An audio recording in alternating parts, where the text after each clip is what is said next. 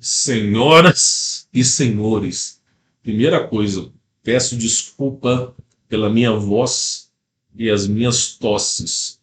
Eu passei por maus bocados ontem, novamente com algum tipo de intoxicação.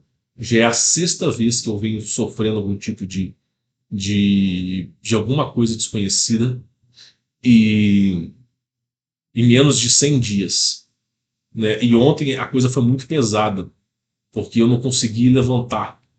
Eu não conseguia levantar, cara. Meu corpo estava duro. E aí, o que poderia ter acontecido é a intoxicação por amônia. Depois eu faço um vídeo explicando, né, o nosso corpo existem parasitas e vermes, todos os corpos têm. Ninguém é imune a isso. E quando você passa algum período, alguma coisa, esses parasitas eles podem soltar amônia. Todo mundo tem. Isso não é a questão de 1% da população, 2%.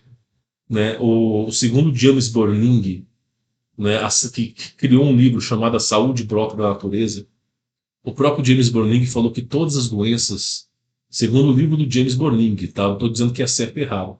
Ele mesmo disse que a origem de todas as doenças ela começa no âmbito de parasitas. Todas, todas, todas.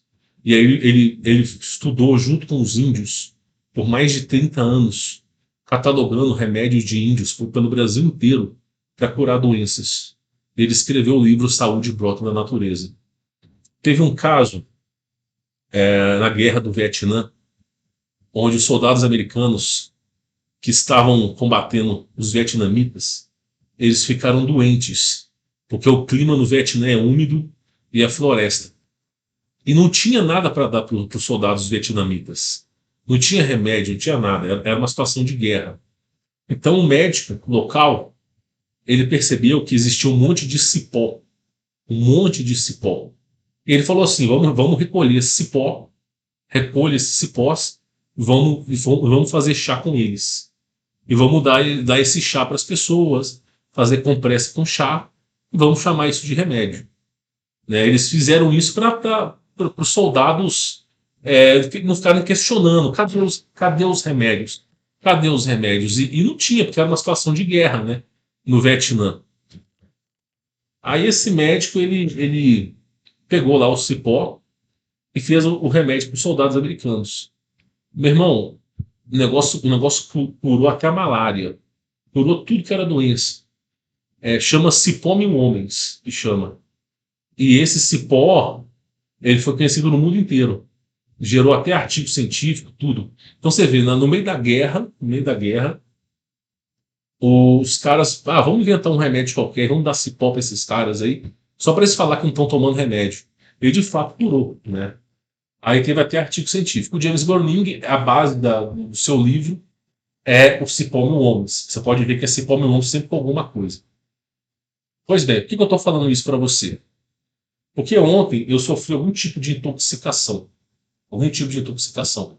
E eu suspeito que foi amônia. E a amônia vem de um parasita. Vem de um parasita. Muitas vezes, a água que você bebe, ela não é solúvel, ela não é potável.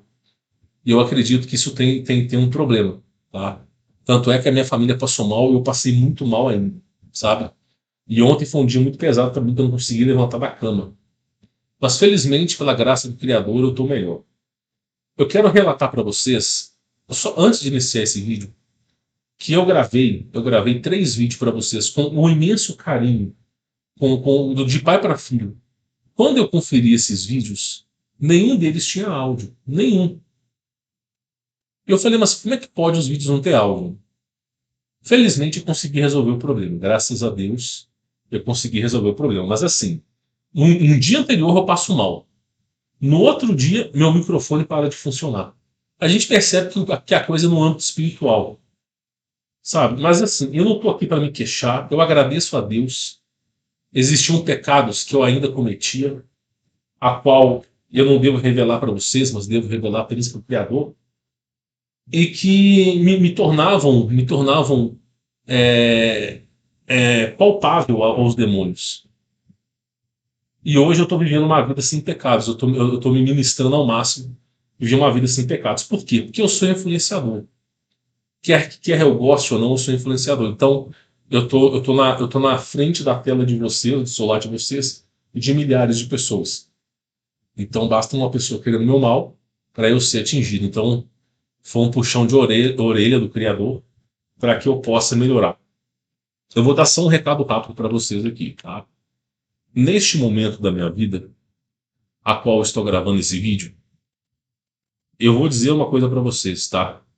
Vivendo na Europa, e digo uma coisa para vocês: não é um mar de rosa como eles contam para vocês. Não é um mar de rosas. Não é. Não é. Esse ano ainda, esse ano, no máximo no final do ano, no máximo no final do ano, eu estarei no Brasil, tá? E estarei adquirindo uma fazenda. Eu já tive uma fazenda e eu tive que vender a minha fazenda, tá? Eu fui obrigado a vender minha fazenda. Eu amava a minha fazenda. E como é que eu vendi a minha fazenda? Porque uma pessoa, um amigão meu, de anos de conversa, né? E mais outros amigos também, souberam do endereço que eu estava. Né? Eu não tenho nada, cara, eu não tenho nada contra satanista, nada contra bruxo, nada contra maçom. Para mim, meu irmão, você faz o que você quiser, cada um tem a sua liberdade. A única coisa que eu lhe peço é que, se você for capaz de destruir a sua vida, não venha destruir a minha. Então, o que acontece? Eu acabei recebendo gente que era maçom e era mal intencionada. Eu não conheço o movimento, não sei com o que esses caras trabalham, também nem quero saber. E aí eu tive pessoas estranhas na minha casa, esse influenciador das trevas. Todo mundo adora lamber as botas, né? Mas na verdade é uma pessoa má, só quem conhece sabe. E aí eu falei assim: vou vender minha fazenda, não vou ficar aqui não, porque infelizmente, esses caras sabendo meu endereço, quando der merda, eles vão lá naquele disque denúncia, não sei o quê. Ah, denuncia uma família que não siga o sistema. Ah, tem uns caras aqui ó, nessa região. Eu tenho certeza que eles fariam isso. Então, eu não tinha garantia. Era um lugar maravilhoso, mas eu não tinha garantia. Então, eu decidi vender. Graças a Deus, eu vendi para uma família abençoada, uma família de cristão, né, também. Os caras, eles têm uma, eu não vou dizer o nome, eles têm uma ONG que trata de crianças com câncer e outros tipos de doença. E essa fazenda minha ela está servindo para ajudar essas crianças também. Então ela está servindo para um bom propósito, né? Fico muito satisfeito. E aí é o seguinte, eu fui obrigado a vender minha fazenda. Aproveitei esse momento da minha vida para poder dar uma viajada e resolver algumas coisas burocráticas que eu tinha que resolver, né? Pois bem, qual que é a questão? Eu vou falar para vocês dos países que eu visitei, tá? Estive em Portugal, estive na França, na Alemanha, estive na Itália, estive em alguns lugares que vocês dariam tudo para estar lá. Tipo a Alemanha, assim, dariam tudo para estar lá. Eu vou dizer uma coisa para vocês. Já é a sexta vez que eu passo mal. Sem brincadeira.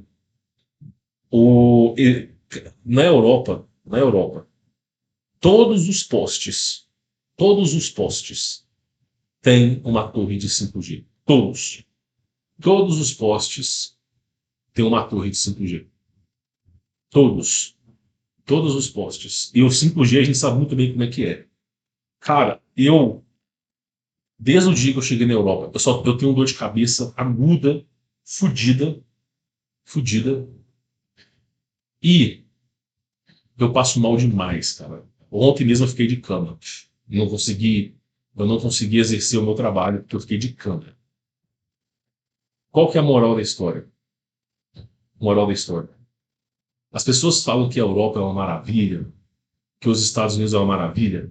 Vocês não têm ideia de como que o 5G ele pode ser catastrófico. Vocês não têm ideia, não têm ideia. E aí, basicamente, eu acabei ou passar mal com essas porcarias. O que que eu vou fazer? Qual que é o meu planejamento para o futuro? O meu planejamento para o futuro, talvez daqui a 6 meses, a um ano, é voltar para o Brasil, tá? É voltar para o Brasil. Só tem mais um país que eu estou com interesse em visitar, que é a Suíça, mas meu interesse é voltar para o Brasil.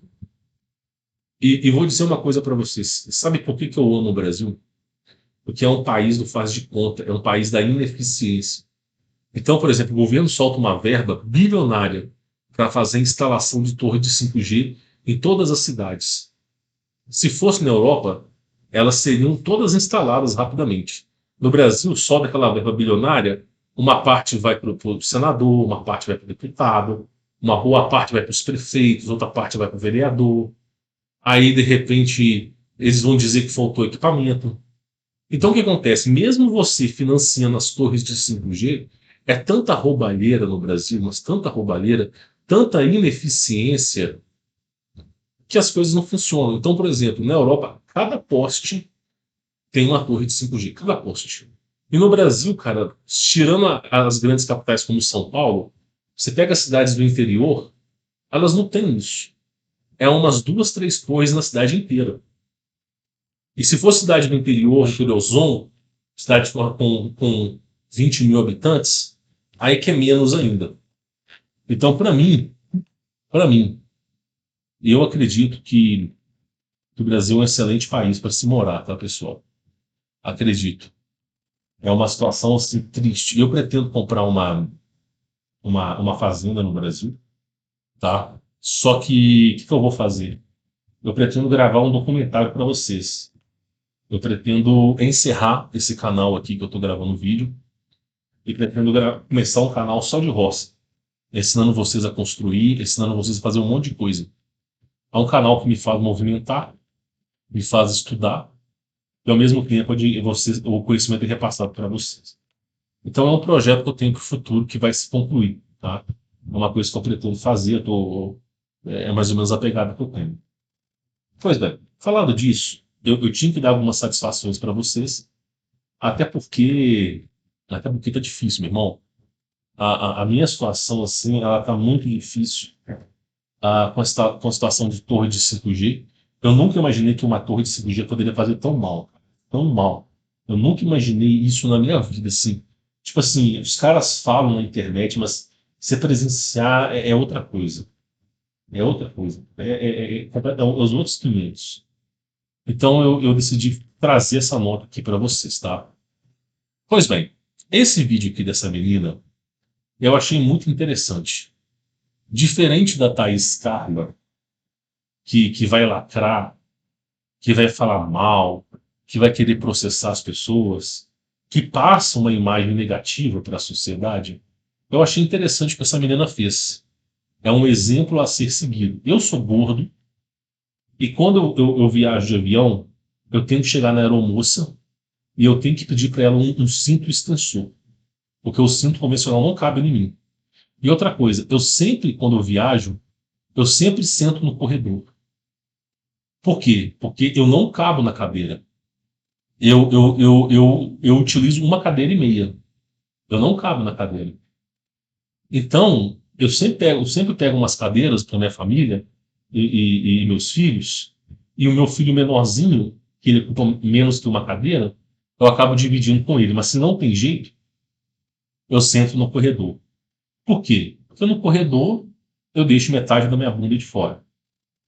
E aí, mesmo que as pessoas esbarrem em mim, né, eu não ocupo o espaço de outra pessoa. É humilhante? É humilhante. Eu gostaria de ser gordo? Não. Mas nem por isso eu devo romantizar esse problema. Agora, eu achei interessante essa menina aqui. Que é a primeira vez na minha vida que eu encontro alguém fazendo um conteúdo que agrega valor para as pessoas, mesmo sendo gordinho. Olha que coisa interessante. Ela está gravando um vídeo, ó, cinto do carro não fecha, olha lá. Passados 60 dias depois desse vídeo,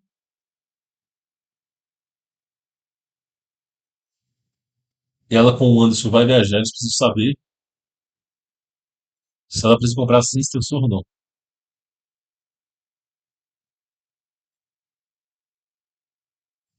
Ou seja, o que aconteceu? Olha que coisa sensacional.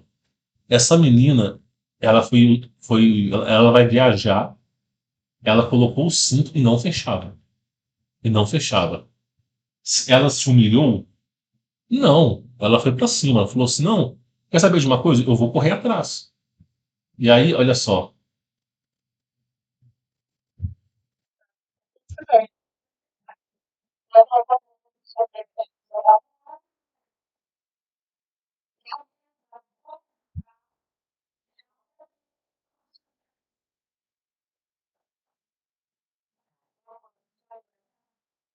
Ah, ela vai viajar, ela tem que saber se vai caber certinho. Ela pegou o cinto, olha aí. Olha a diferença, meu irmão. É isso aqui que eu quero ver. É isso aqui que eu quero ver nas redes sociais. É esse tipo de conteúdo que eu quero ver nas redes sociais. Olha pra você ver. Essa menina não se deu por convencido, ela conseguiu vencer o obstáculo.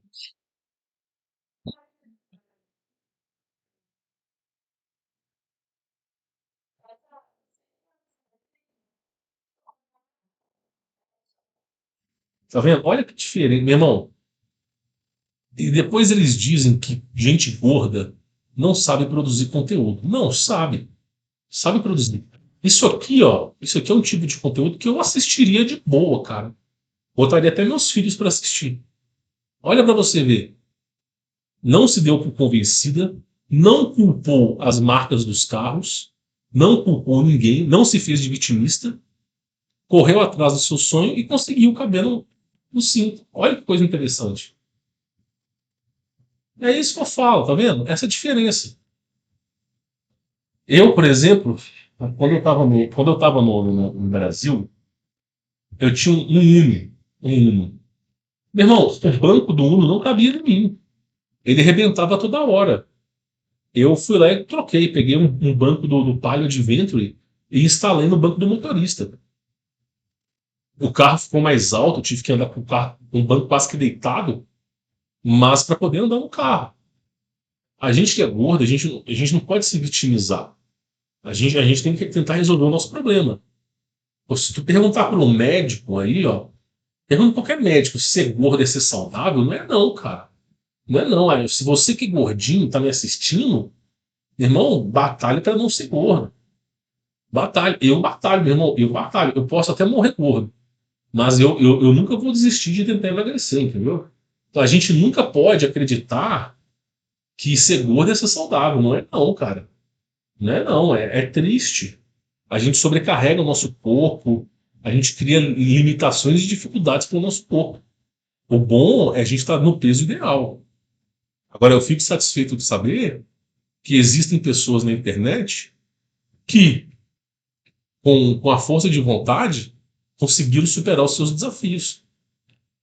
Olha só para você ver, diferente da Thaís Carga, que fica militando, falando mal das coisas, né? Você vê um outro exemplo de pessoa que praticamente demonstra um comportamento legal. Comportamento legal. Eu achei extremamente interessante que venham mais gordinhos assim. Mas que venham assim, sem brincadeira. Sem brincadeira. Eu achei extremamente interessante. Porque quantas vezes na internet você viu uma coisa como essa? A gente só vê bunda para cima, bunda para baixo, punk e coisas inúteis, né? Agora isso aqui não, isso aqui é uma coisa de superação. Pessoal, espero que esse vídeo tenha agregado os valores morais e éticos na vida de vocês, a ponto que vocês se tornem novas criaturas, tá? Eu tô passando mal ainda, eu não tô 100%, eu ainda tô vendo o que eu vou fazer na minha vida, tá? Eu tô resolvendo algumas pendências aqui, e estou me preparando para essa nova fase da minha vida. É uma fase onde eu vou estar agregando valor para vocês, tá? Só que é aquilo que eu falei para vocês, né? Eu não escondo nada aqui, né? Todo mundo aqui sabe da minha vida. E esses dias que eu estou passando mal aí, realmente é uma coisa muito pesada. Eu acredito que até no âmbito espiritual. E eu estou me fortalecendo em fé. né? Eu até agradeço essas passadas de mal, porque eu tô me corrigindo muito. Muitos pecadinhos que eu fazia, boca suja, algumas coisinhas que eu fazia, e eu tô me corrigindo. Tô me corrigindo para quê? Para viver uma vida santa. Eu não sou santo, mas viver uma vida sem pecados. Que é a única maneira de eu conseguir sobreviver daqui para frente. De tanta coisa que a gente sofre, né? Bom, eu acho que esse vídeo deu para trazer conteúdo para vocês, tá? E futuramente, eu acho que ainda esse ano vocês vão ver essa questão de fazenda, essas questões novas aí para vocês. Qual que é a minha ideia? Minha ideia é começar do zero uma fazenda autossustentável e provar para vocês que mesmo um gordo sedentário como eu é capaz de produzir uma fazenda do absoluto zero, tá? E eu quero trazer esse tipo de conteúdo para vocês. E eu acho que vai ser muito mais interessante do que eu gravando um vídeo aqui. Então vai ser mais pro final do ano, tá, pessoal? Mais pro final do ano. Infelizmente não dá pra gente dar com os burros na água, né? Existem etapas em nossa vida. Mas eu já fico satisfeito de saber que vocês estão gostando desse conteúdo. Bom, vou ficando por aqui. Fique na